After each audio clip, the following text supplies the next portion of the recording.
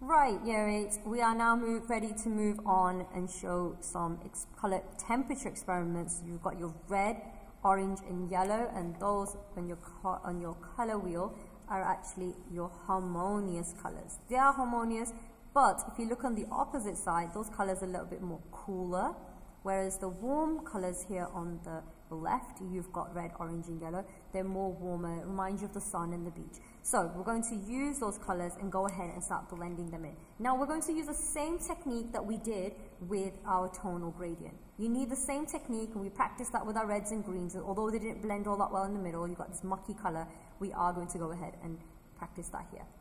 I'm going to show you just by using colors that harmoniously work to one another, sit next to each other on the color wheel, just how much you can get them to blend. I'm just going to press that color pencil in, then immediately I'm going to just blend out as much as possible. And you're probably wondering, how far do you go out? Not a lot, and that's all I'm going to do. That's all I'm going to do. I'm going to stop, and I'm going to move on to my yellow. I'm going to press that yellow in the corner and fade it outwards and stop there as well. Then I'm going to switch. Just have your color pencils with you so you're switching easily.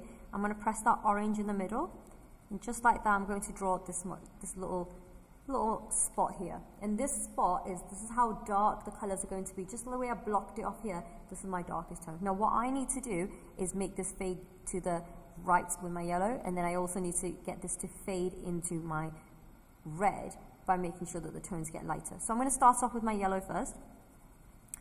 Just get it nice and blocked off. You can go higher, of course, that's fine. If you want to block that off, it'll be smarter to go a little bit higher. But ideally, what you want to do is make sure your pressure is nice and dark. The moment you start moving into that yellow, it has to get very light. It has to get really, really light. Before it even touches the yellow, it has to get even lighter. It can touch the yellow, it just needs to make sure it gets lighter. I'm going to do the same thing on the opposite side. Get lighter and lighter as it starts to hit the red. It's extremely light. I'm going to just press that color down. Just do the same thing, get lighter and lighter at the bottom, and do the same thing on the top area as well as it goes into the red.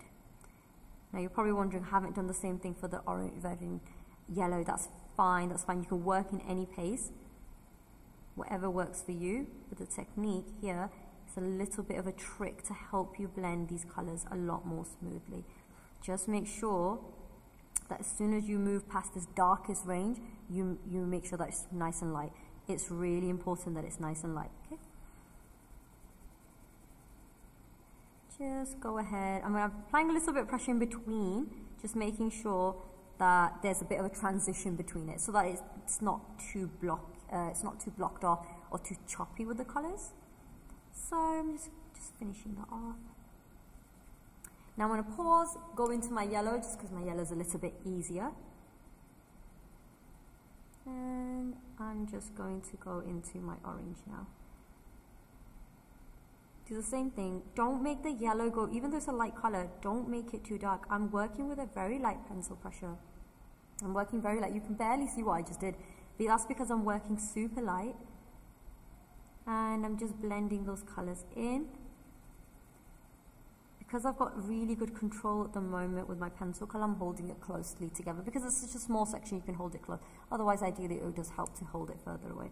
Now, because I'm pressing that yellow in and I want it nice and dark, I'm just going to blend that together. Bring that yellow in a little bit more into the orange. So you're working with the yellow here and then a little bit into the orange, so they do meet. And for now, I'm going to stop. Just fill the corners out. Make sure the corners are nice and bright as well.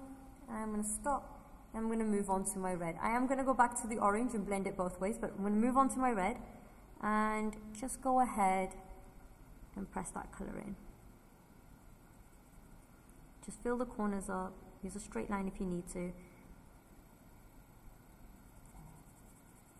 Just go ahead and make it lighter and lighter. Go back up and go lighter and lighter. Now what I find that's really helpful is just not to take my pencil off the paper.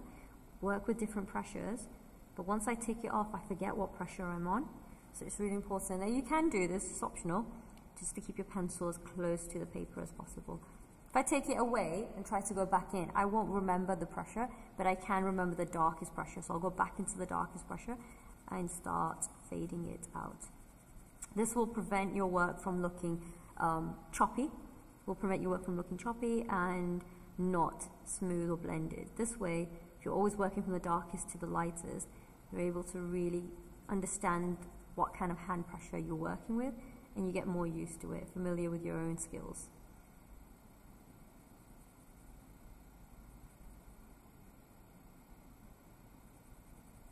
Okay, just lightly going over the orange, slightly.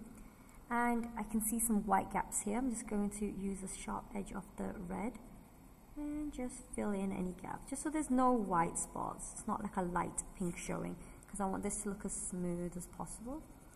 And just like that, I'm going to stop. I'm going to go back into my orange, and this is really cool because now I get to block off that orange.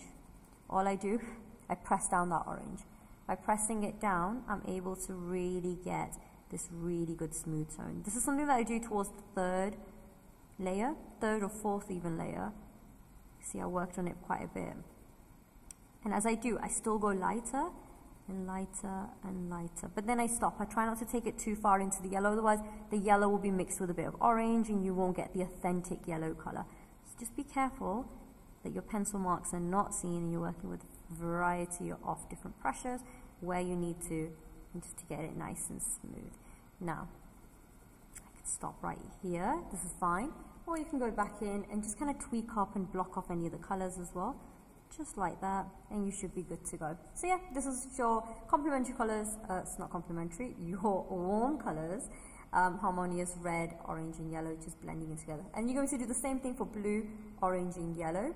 Although they are not they're not harmonious, but orange and yellow is. So you'll see how some colors blend and how some colors just simply don't. You've got complementary and then harmonious. Then you've got harmonious, and then purple does blend into pink a lot well as well. So you'll get to just play around and have a little sample, and yeah, have fun.